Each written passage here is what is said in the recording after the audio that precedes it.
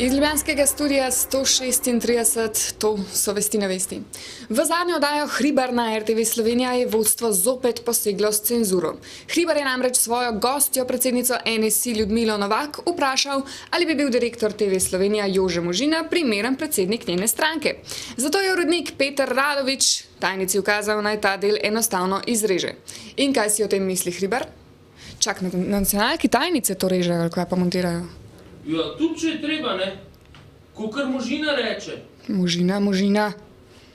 Da gre za popolno debilnost. Jaz se opravičujem tem izrazu, vem, kaj medicinsko pomeni, ampak to, kar počnejo, je izraz nedoraslosti, neznanja, nekultiviranosti, nesposobnosti. Temu lahko rečemo odvod vsega etičnega in moralnega, kar obstaja. Takole pa je označil sposobnosti vodstva RTV. Da ima jajca tale Hribar, Jajca pa imaš, Hribar. To so politično izbrani ljudje. Po defaultu politično izbran človek ni strokovnjak. Po defaultu so politično nastavljeno vodstvo ljudje brez hrbtenice. Ljudje, ki brezpogojno in slepo sledijo svojemu gospodarju. Celo njihove laži so opravičljive, ker služijo višjim ciljem. To vodstvo bi dobro funkcioniralo na komercialni televiziji Pop TV, ker je kmetija njihov skrajni domet. Z Vladom Miheljakom, izrednim profesorjem na FDV, smo se pogovarjali o rekonstrukciji vlade. Povedal nam je svoje mnenje o tem, ali je sedanja vlada zmožna zdržati pritiske gospodarske krize.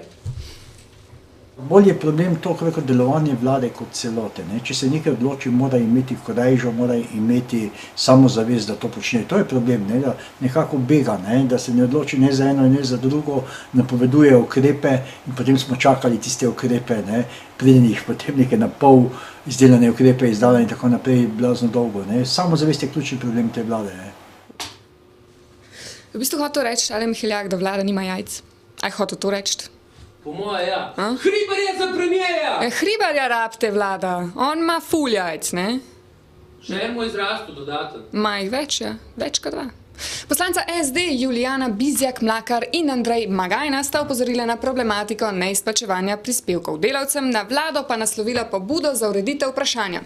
Podjetja in samostojni podjetniki so po podatkih davčne uprave konec junija socialnim blagajnam dolgovali kar 106,7 milijonov evrov. Meni so to dolžni, kaj? Ko delavec pravzaprav želi uveljavljati svoje pravice, stopi pred urad, pred pokojninsko in invalidsko zavarovanje in ugotovi, da mu manjka, na primer, 3, 4, 5 let delovne dobe. Kako je to sploh mogoče? Človek bi rekel, nekaj je v tej državi narobe. Glede na to, da gre za strankarska kolega predsednike vlade, bi jim Pahor morda lahko prisluhnil. Društvo prostovoljcev Vincencijeve zveze dobrote na to ne računa. So pa pred mednarodnim dnevom boja proti revščini predstavili nov dnevni center in zavetišče za brezdomce v Ljubljani. Mi že ima internet. Ja, valjda. Živja! Trenutno je kapaciteta 7 postelj. Ob tem jim želimo vzgajati za osebno higieno in čistočo. Posameznik je lahko v zavetišču čez noč, sicer od 8 ure zvečer pa do 8 ure zjutraj. Program se lahko vključi vsak. Prednost imajo posamezniki, ki so vključeni v širši program društva, pod naslovom Celostna pomoč brezdomcem za aktivno vključevanje v družbo. O študentski areni vabilo dneva Aleksandra Rebec. Študentska arena je postala tradicionalna prireditev za mlade, ki v začetku študijskega leta ponudi raznovrstne informacije o študiju, dodatnem izobraževanju, zaposlovanju, potovanjih, športu, zabavi in seveda študentskih izmenjavah.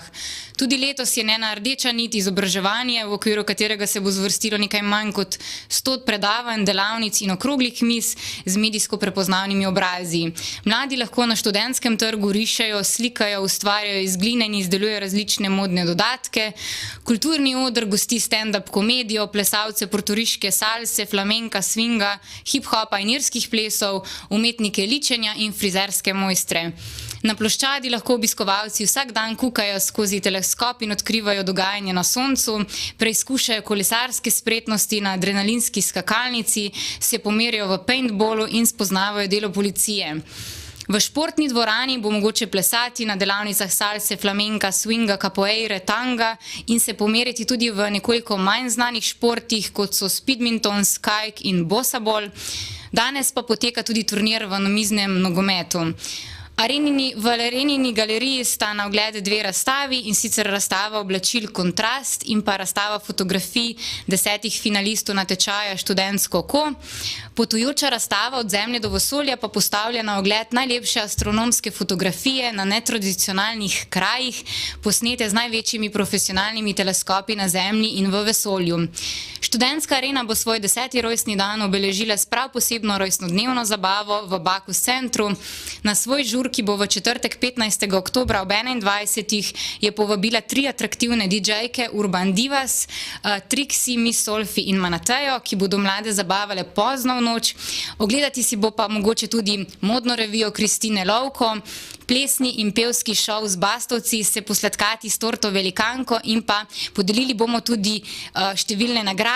Prvih 150 obiskovalcev bo prejelo USB ključke. Slovenija, Slovenija, Slovenija. Kultura. Na Ministrstvu za kulturo so predstavili bilanco enoletne kulturne politike, ki jo od novembra minulega leta vodi Majda Širca.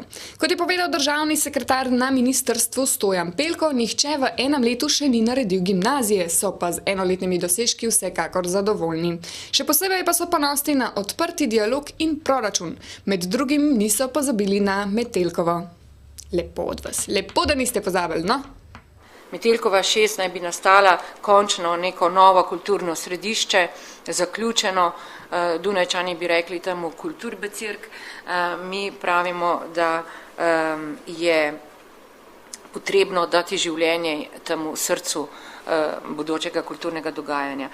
Ministrica pa je napovedala tudi prihodno javno debato o prihodnosti drame. Kaj pa z dramo? V drami je. Drami, ne?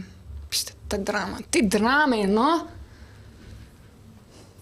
Ta pogovor, ki bo deloma tudi vezan na razstavo v Gledališkem muzeju in bo predstavil delavnico, mednarodno delavnico, ki jo je vodila Fakulteta za arhitekturo, pa tudi AGRFT, možnost implementacije južnega trga oziroma možnost dokončno preverbo umestitve drame na južnem trgu v Ljubljani. To je velik projekt, previdno ga razmišljamo, ker ima mnogo pasti, se pravi neko daljše obdobje in dražjo gradnjo zaradi pograditve tam že, ampak vendarle to je tisti projekt, ki ga večina med nami in sogovorniki do sedaj podpira, če bi bilo le to možno. V mestu žensk se je predstavila Chen Yao, predstavnica kitajskega performansa, žanra ujetega med upiranjem režimu in underground sceno ter vpliv zahodnega trga. Dovidim to.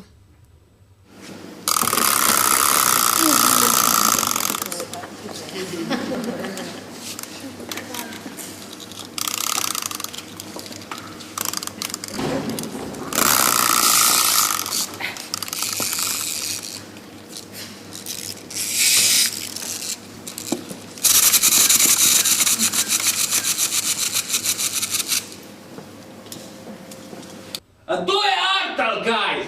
Ja. Art? Art, to je art. To je... Sem ti ne štekaš, pač noben ti ne zamer, če ne razumeš, ne? Je pa res, da jaz si rekel, to znam tudi jaz. Znam vsak, sem spamen se mu. Zdaj recimo, imava tole vteš in zdaj lepa čak ta performance, čak torbico rabim. Tole. Veš kaj one, ne? In zdaj. Art! To je to, stari. Mlajša avtorica Liu Lušan se je predstavila z delom Zrcaliti sebe, v katerem postavlja svojo bivansko fizično eksistenco nasproti 4 zunanjim podobam. To je art! No čak, da vidimo zdaj, no.